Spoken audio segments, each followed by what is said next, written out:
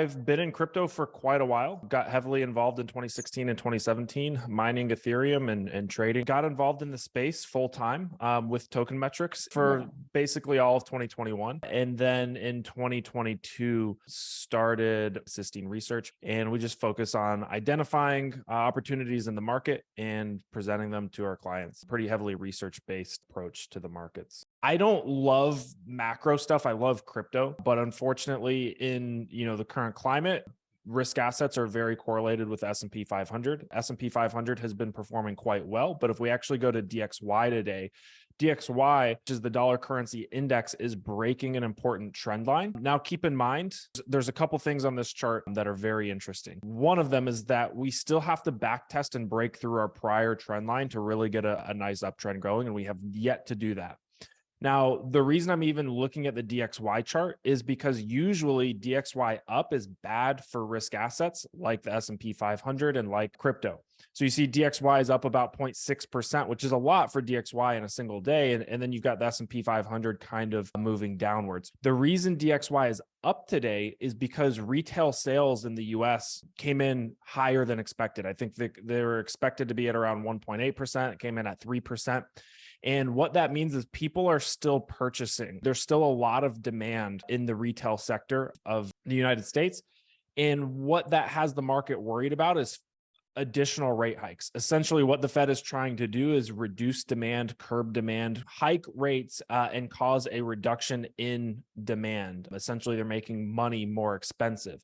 So today, when that retail sales number came in hot, we saw DXY spike. We're seeing the S&P 500 down a little bit. We've yet to break this trend with conviction, but probably the next 3 to 4 days will illuminate whether or not we are going to move downwards or upwards and what kind of trend we're going to expect. Now, really importantly, I know I'm spending too much time on DXY, but I truly feel it's like really, really important for risk assets. We are very likely to print bearish divergence. And this is why I'm a little bit bullish on crypto right now and a little bit bullish on risk assets and the S&P 500 still, is we're very likely to print bearish divergence here. Even if we go higher in RSI, as long as we don't take out this prior high, which is quite a ways away in this one concerted move, which would require us to break another trend line to do so, we'll very likely print bearish divergence, which could at least buy us some time, buy us a couple of days, if not weeks, where,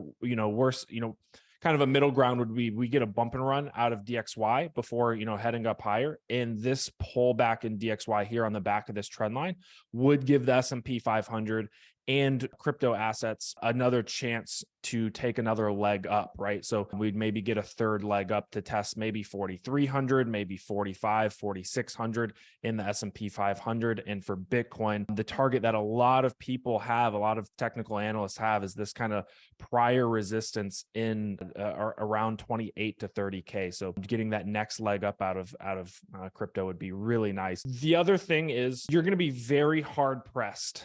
And this is not to say that I'm overly bullish. I am cautious right now, but my baseline has been that we get this, gut check correction, which I believe we've gotten.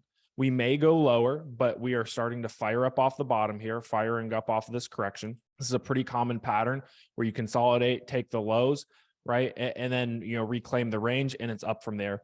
But when you get a move this hard out of Bitcoin in particular, but almost any asset after a long drawn out downtrend, you'll be very hard pressed to find on any chart where it doesn't result in, at minimum, sideways consolidation and usually further continuation to the upside. We've broken so many bear market structures, no matter how you slice it in terms of, trend lines and whatnot, putting in a little bump and run there as well, which is a bullish reversal pattern. Almost regardless of what bearish indicators you throw on here or bear market indicators you throw on here, we've broken the vast majority of them. We've broken the 21-week simple moving average. We've broken the downtrend line. This would be a really, really weird and anomalous fake out if we were not to continue up higher. And to be quite honest, from a technical perspective, while fundamentals are a little bit iffy right now, when you start looking at macro and the retail sales volume coming up, We have bearish divergence, very likely printing on DXY. The S&P 500's cooperating. It's not free falling in a downtrend like it was. And overall, the technicals for Bitcoin look really solid. So that can set us up for some further upside in another leg. Now, am I wanting to go all in, buying this bounce here? No, we want to get in earlier. We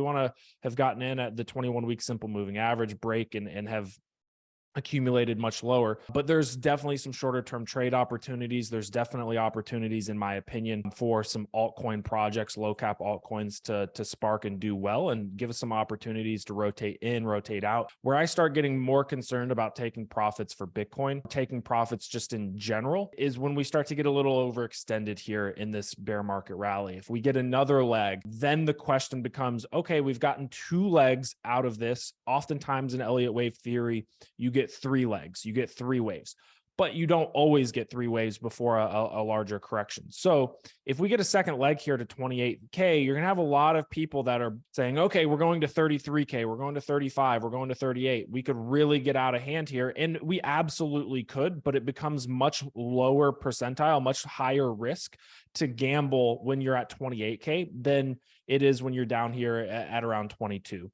Right. And that's kind of what we saw last bear market cycle, is we saw this breaching of our 21-week simple moving average, right, and a really, really hard push all the way up into our red easy band region. And we stayed there for some time, and it ended up being around a 350% move. I don't think we'll get a 350% move, but I do think that there's potential on the table to take a trip to 38K if everything lines up, but that's not my base case. I'm taking it one leg at a time. I think this next leg is fairly likely. Then the risk goes up and I get a little bit more skittish about being in the market when Bitcoin's up at 28K. So we could absolutely see a mean reversion here. We could trickle down this downtrend line. There's potential for downside, but for me, a lot of my indicators are pointing, towards another leg up, potentially to 26, 27, 28K. That's where I'll reevaluate.